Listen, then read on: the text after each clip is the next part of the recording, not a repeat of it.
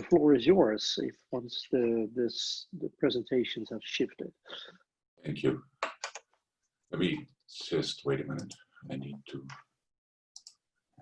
Okay, thank you very much for having me. The paper is called Structural Change and Markups, Evidence from the National Accounts. And it's joined with Benjamin Bridgman, who is from the Bureau of Economic Analysis. So the usual government disclaimer applies here. The motivation for this paper comes from recent US evidence on market power. Mostly markups are used as the measure of market power, and there are two pieces of evidence. Microdata from CompuStat find really large increases in markups, whereas aggregate data from NIPA finds much more modest increases in markups. So that leads to two questions. One is a very natural one. Why is the micro evidence so different from the macro evidence on markups? And then our more specific question, what is the effect of the sectoral composition and its changes on aggregate markups? So while we hope to ultimately speak to the more general first question in this paper, we mostly speak to the sectoral composition and structural change dimension of the question. There's a challenge in answering the questions, and that is, at least for me, it's really hard to calculate markups. When you look at the micro studies, they conceptually measure the price over marginal cost. Now, prices are transacted in the market, marginal costs are something done within the firm, and it's not always clear what they are. And the results are usually sensitive to what's deemed a variable input. Turning to the macro studies, they avoid that problem, but if you want to calculate markups, you immediately run into the problem to split the part of GDP that goes either to capital as rental payments or profits. So we know what wage payments are. Once you subtract those, it's unclear how to split the rest between RK, I call it, and pi. And that's in particular difficult because it's very sensitive how R, the rental price of capital, is calculated. Which bond rate you use, what risk premium, etc. So what do? You're going to split PY minus WL, the part that doesn't go to labor, by adopting the model-based method of Fari-Gurrio from a Brookings paper in 2018. If at this point you don't know exactly what that means, I'm going to explain that in detail. So bear with me. Then we're going to use NIPA to calculate aggregate and sectoral markups for the private US economy. And we're going to speak to the effects of aggregation and structural change on the economy-wide markups. So what we find, since 1980, markups increased from 11% to 50% for the private US economy. Both the level and the increase are smaller than what the micro literature estimates, and a lot smaller, I should add. So that means that it seems, at least according to our evidence, that the estimates of the micro literature are not well suited if you want to answer macro questions. We also find that the composition matters for aggregate markups. The level differs considerably among different parts of the economy. So that will imply two things. What do you include in the private sector? People exclude real estate and fire and some parts. That matters a lot. And also what sector you're going to look at matters a lot. I'll explain that in more detail when I get to the results. And lastly, we find that changes in the composition matter for changes in aggregate markups. In particular, structural change reallocates resources from goods to services. We know that. But the interesting thing here is that the services sector has way lower markups than the goods sector. So what that means is that structural change mutes whatever happens in the goods sector when you aggregate it up to the whole economy. With this introduction, I'm going to turn to the model. As I said, we are going to use a paper by Fari and Gurrio and boil it down to what's essential for us here. Their version of the growth model that they use to measure markups has one sector, disaster risk and monopolistic competition. So disaster risk in their context is important because it leads to a risk premium and allows them to back out an interest rate that doesn't only include the reference risk-free rate, but the risk premium as well, which is important to calculate the R in the breakdown between rental payments and profits.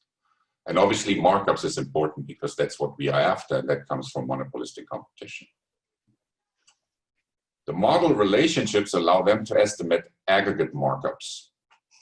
So we build a multi-sector version of their growth model, where we have for now a goods and a service sector, again with disaster risk and monopolistic competition. We're going to have sector-specific monopoly power and sector-specific Cobb-Douglas production functions. And the model relationships from that two-sector version of Fari-Guriot allow us to estimate aggregate and sectoral markups. So the contribution here is the sectoral part, and then also obviously think about changes in the sectoral composition. Let's start with the different building blocks of the model. I'm going to touch briefly on it. Details are in Fari-Guriot and in our paper, which we're going to post on the internet.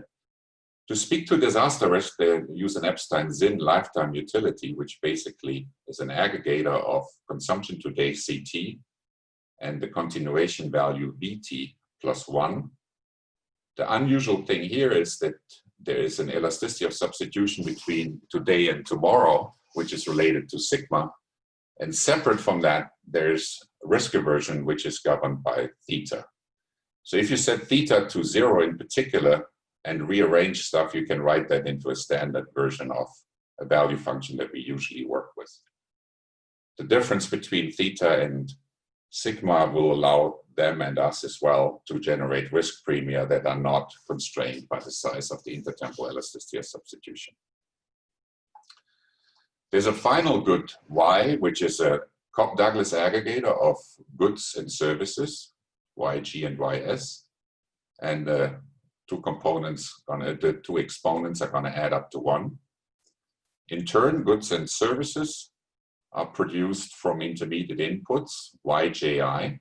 So J is the sector goods or services, and I is an intermediate input between 0 and 1. Standard Dixit-Stiglitz aggregator with sector-specific intertemporal elasticity of substitution, epsilon J, which will lead then, looking ahead, to sector-specific markups.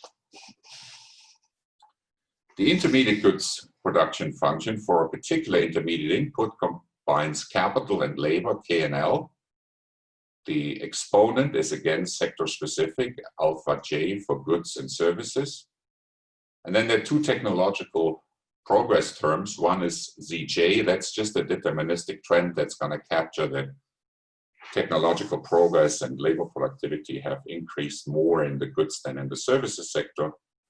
And then there's a term A, which usually is constant, but occasionally changes due to disaster risk. So A is a random walk in particular, AT equal AT minus 1 times exponential of a shock. And you should think of that, nothing happens for a long time, and then there's a negative realization of chi, or a positive realization to offset it, which changes the level of the economy and will lead to a balanced growth plus that occasionally changes the level. Chi is a rare disaster shock in Fari and Guriot, and we're going to go with that here as well. Capital accumulation, the usual thing. Capital tomorrow is undepreciated capital today plus investment. QT captures investment-specific technological progress. So over time, investment becomes more productive and QT rises. You can think of that, the quality of a given investment rises and adds more to capital. And then we have, again, this rare disaster shock at the end, which is a little goofy. The two ways of motivating it, one is you can think of this as an independent shock to the quality of capital. But that's just basically trying to go around the problem. What this really does is it immediately adjusts the capital stock to the desired level if a rare disaster shock occurs. And why is that there? This allows us to avoid, as in Fari-Guriot, that allows us to avoid any transitional dynamics, because when there is, say, a negative shock, you have too much capital, you would otherwise transition down to the new desired capital shock. Here, capital immediately gets hit by the shock as well, reduces, and you're on the new balanced growth path after the disaster. So that's just a technical device to be able to solve the model in a simple analytical form. Equilibrium, I'm not going to go through the details and all the equations. I'm just going to highlight what the major features are. Given a Cobb-Douglas aggregator for goods and services, it's not too surprising that the sectoral production functions aggregate to an economy-wide Cobb-Douglas production function. That makes the whole thing very tractable and means that all the results from Fariguri are going to generalize to our two-sector model as well. The disaster risk and the Epstein-Zinn preferences imply a risk premium in the reference interest rate that is used to calculate the user cost of capital and the rental price of capital. And the different sectoral substitution elasticities lead to different sectoral markups, which are defined as the substitution elasticity larger 1 divided by the substitution elasticity minus 1. Fairly standard. So think of this growth model with a few extra points. One is the disaster risk, the other one is multi-sectors. Different markups, so different things going on in the two sectors, but everything still adds up and aggregates up to a Cobb-Douglas aggregate production function, and the general aggregate results hold. Now we're going to turn to a particular equilibrium, namely what Fariguri term a risky balanced growth path. To introduce it, I need two pieces of notation. One is PK. It's going to denote the relative price of capital to the numeraire final goods. And rho comes in a minute. It's the expected discount rate along the equilibrium path. So what's a risky balanced growth path? It's a balanced growth path along which most variables grow at the same rate, namely output in the sectors, capital in the sectors, capital in the aggregate, investment, consumption, wages. It's risky because usually the rate is constant and once in a while it shifts with a small level shift. And then the labor allocation across the sectors and the rental price of capital in the right units are constant along that risky balanced growth path. Remarks, what is said already, what makes the risky balanced growth path risky is that the common growth rate is stochastic, comprising a deterministic trend, GT, and occasional stochastic level shifts. You can put it to an extreme, push it to an extreme, and calibrate the model assuming that there's no level shift, although there was the rare disaster risk. The risk itself leads to a risk premium, but it may not materialize along the path that you calibrate it to. The second remark is, since each of these risky balanced growth paths has a constant sectoral composition, we'll study structural change by comparing sectoral compositions across different risky balanced growth paths. To make sure that they exist, we make standard assumptions, namely that the trends in both sectors grow at constant rate, GZ, and that the quality of capital along each risky balanced growth path is also going to grow at a constant rate. We then characterize that risky balanced growth path. I save you the details. It's a little messy, but you get many of the standard results. And then we bring it to the data, where our calibration strategy is to take the key relationships from the risky balanced growth path and calibrate different subperiods, assuming that they represent different risky balanced growth paths. We need to do that because on each of them there's no structural change. That's, by the way, also the same way in which Fariguri do it. And if we don't assume risky balanced growth, we can't solve the model and don't get these relationships. You're going to define structural change as the change in the sectoral composition across different risky balanced growth paths. On to the specifics. Essentially, the beauty of this whole thing is it's fairly simple and we only need to calibrate 4 key parameters. We take the trend along the risky balanced growth path directly from the data. We take depreciation, which is technological depreciation delta plus economic depreciation changes in quality, from the aggregate investment to capital ratio given GT.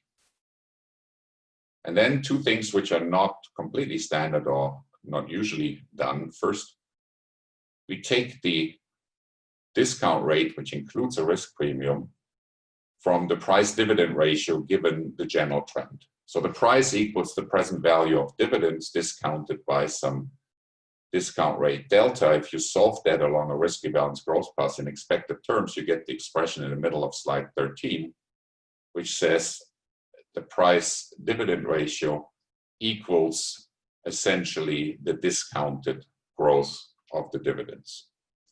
Given GT, you can back out rho. I should mention here that it does not matter where the risk premium comes from for this step. So we could have a habit persistent or any other model that gives you a risk premium. You can see that from the fact that the risk aversion parameter theta from the Epstein-Zinn preference doesn't show up and doesn't need to be calibrated. So that's an advantage of the calibration. It's very robust. Two different specifications that underlie the risk premium. Lastly, the sectoral markups, given the previous information, can be calibrated from observing the capital output ratios in the sectors and the sectoral labor shares. And the formula is given on 3. So essentially, this is 1 over the user cost of capital times capital plus the payments to labor, and the whole thing divided by the total revenue. So if you rewrite it, it's total revenue divided by all payments to the factors, which intuitively should make sense as being the markup. Results. The first result has nothing to do with structural change. It's just about the calibration. It matters what you include. So we're going to take 2 periods here, 1984-2000 and 2001-16, assuming that both represent a risky balance growth path. Why do we take these 2? Because that's exactly what Fari and Guriu did, and we want to compare our results to theirs. There's nothing that constrains us to this. We can do different things, but for now, let's go with this. So we calibrate everything to the private sector without real estate, and we get our 11-15% markups and a change of 36%. Why do we take real estate out?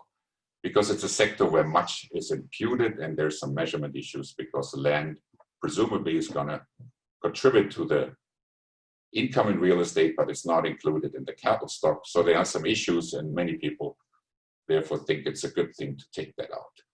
We should note, however, if we calibrated the whole economy to the private sector, we would get higher levels of markups and also higher increases, 18 to 26%. So it seems in real estate, for whatever the sector is worth, markups are higher and change more. You could take fire out, you could take the corporate sector with fire. It would change the markup somewhat, but the changes in markups would be all around 40%, which I think is a good benchmark number for what we find. Lastly, if we compare it with what Fari and Guriu did, they find about twice as high a change in markups. And the reason we came to find out is that they used the whole private sector, including real estate, but for some reason they used the corporate labor share. And that seems to matter quite a lot in that the corporate labor share changed more and you get a higher increase in markup. Whatever you believe from these numbers, we should point out that none of them are anywhere close to what the typical microestimates find. In particular, the Löcker and Eckhout and co-authors are way larger in their markups towards the end of the sample. The second observation, again, is also not related to structural change. It matters how you take averages across the sectors. So the first line, again, is what we calibrate. The second line is what strictly the model would want, namely a harmonic mean. You get similar results, a little different in the first period. If you, in contrast, do what the Löcker, Eckhout, and Unger did and weight with gross output instead of with what the model wants, namely a harmonic mean with the value-added shares, you get twice as high an increase in markups.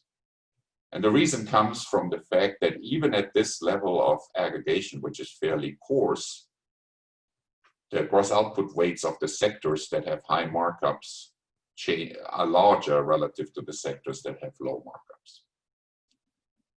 On to my last and key result, that's about structural change. So how do we think about structural change?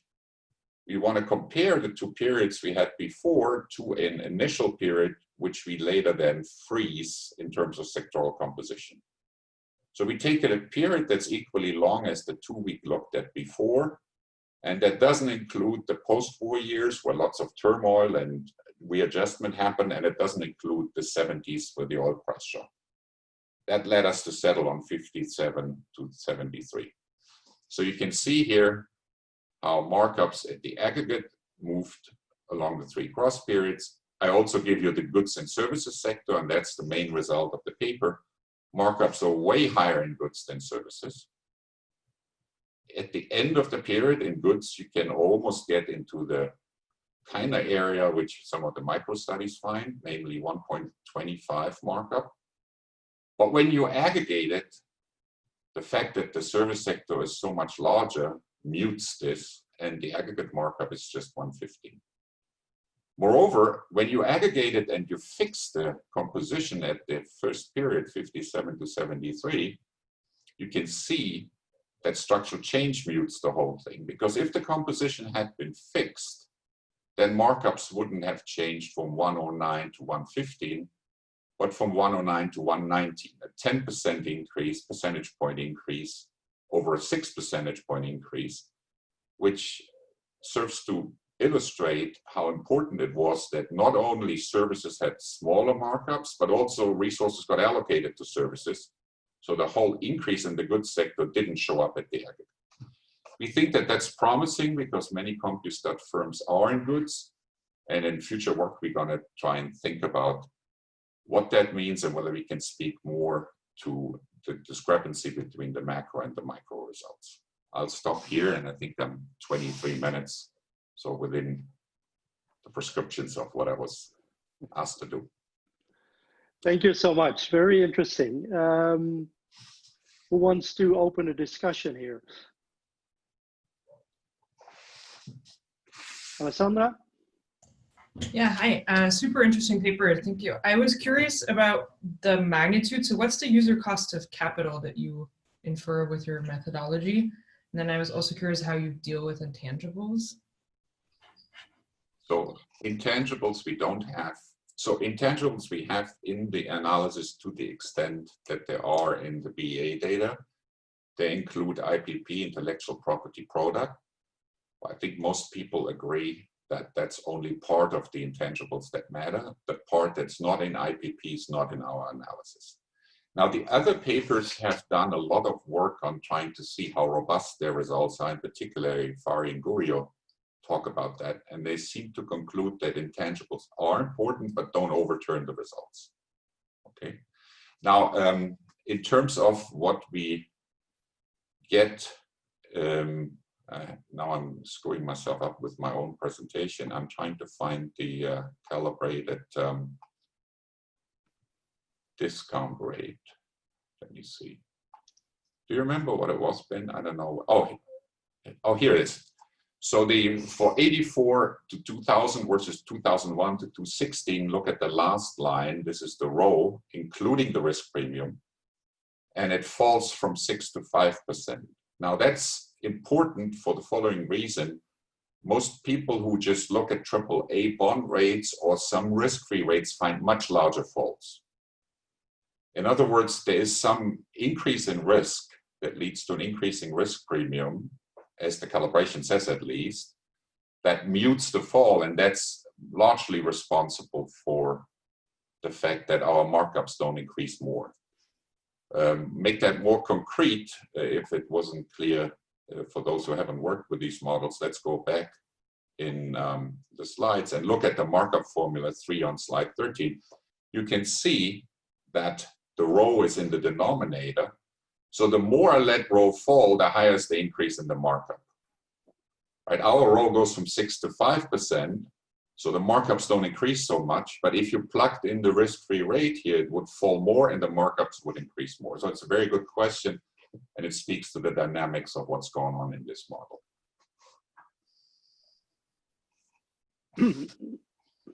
Other questions here? Well, if I may, so if I understand, so two short ones perhaps. If I understand correctly, what you're saying is what would separate you from, say, Eickhout and De Lucker's type of trends is sort of how you conceptualize the markups, but also the coverage of, and so the aggregation, the fact that listed firms is only a small part of is only a part of the economy, and in that and that adds up together to this big difference in outcomes. Second one, how do your trends how would your trends compare to those of the factorless income numbers and discussion that Nyman and Karabarbounis in their Brookings paper discuss? Thanks for that question, Robert. So the differences to the Eickhout is they use microdata, which only has coverage from listed firms. Yeah. Okay. They aggregate their they calculate the markups in a different way at the sectoral level because they don't have all the macro observations that allow you to back them out in the way we do. They then aggregate these markups up by using different weights. We have the advantage of a model, and the model says use a harmonic mean of the sectoral value added shares.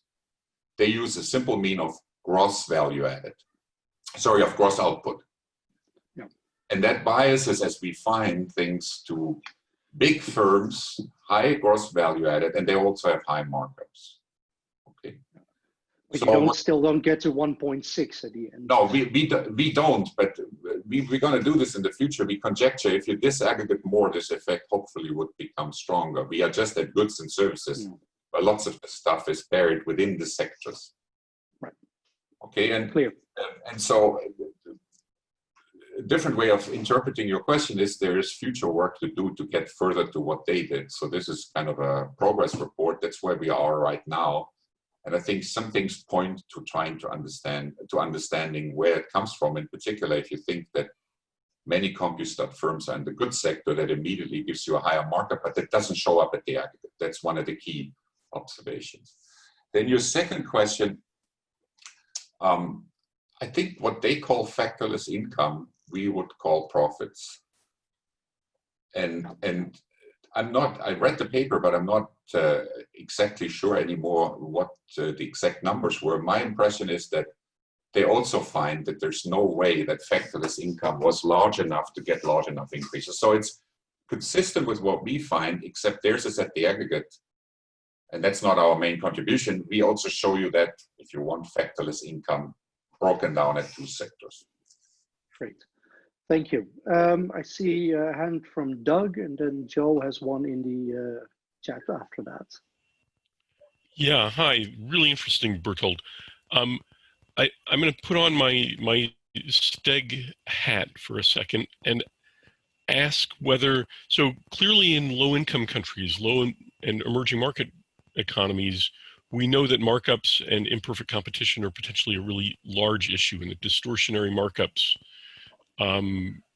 may have real power in lowering aggregate productivity. But I wonder if you could just speculate a little bit, both on what you might see as the agenda around calculating markups and thinking about markups in low-income economies, and also thinking about what the data constraints must be, because it strikes me that this is a difficult agenda to pursue, but one that we ought to be thinking about very seriously. So I just wonder if you'd take a stab at that.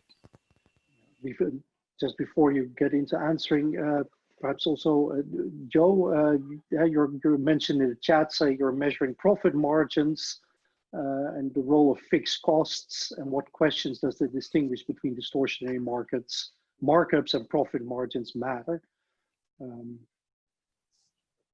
Okay, thank you very much for the questions. You got me with the low-income countries because I struggled so much with the US that I haven't thought about the low-income countries. Now, I think it's important. I think it's a natural next thing to think about, particularly within the STEG framework. The methodology is suitable, but I will but I suspect that there will be data questions. So I luckily have the slide 13, which is the calibration. You can get the trend. If you can get investment capital ratios, which you hopefully could, you could get the depreciation. Now comes the question, do I get any sensible price dividend data? That's a key step. Without this row, you are not in business because you have no idea what the discount rate is that you should use to calculate the user cost. That was the contribution of Fariguri, or the main one as I see it, to bring this equation in, and it works for the US, but I'm doubtful that you get a lot of that for poorer countries. Now, having said that, if you look at equation 3, if you can get capital output ratios and labor revenue shares, and you have some sense of what a reference row should be, you could still calculate the markups. So the whole question, as I see it, is going to circle around, how can I get row, which was already an issue in the US, and it's going to be way more of an issue in poor countries. It's a good question, Doug, but I don't know how to answer it at this point. Now, Joe, the framework doesn't have fixed cost. But I want to tie your question in with one of the surprising results we find, which is when you go to our disaggregated sector, the good sector, which is usually thought of as the tradable sector, more competition has way higher markups. So how can that be? I think the only way in which that can be is that in a more complete model, there are higher fixed costs of entering the good sector. And therefore, they need more market power to later recoup the fixed cost they paid at the beginning. This is not in the model, but I think that's underlying the results we find. Now, what that means is that you should be careful in interpreting the results. A markup is always a wedge that distorts, but it doesn't mean that you don't need the wedge, because there could well be free entry and high fixed cost in some industries, and you need these markups to recoup the fixed cost later. We can't speak to that with this model, but it's a very important question that I think one needs to keep in mind when one interprets the results. All right. Well, thank you so much. This was great.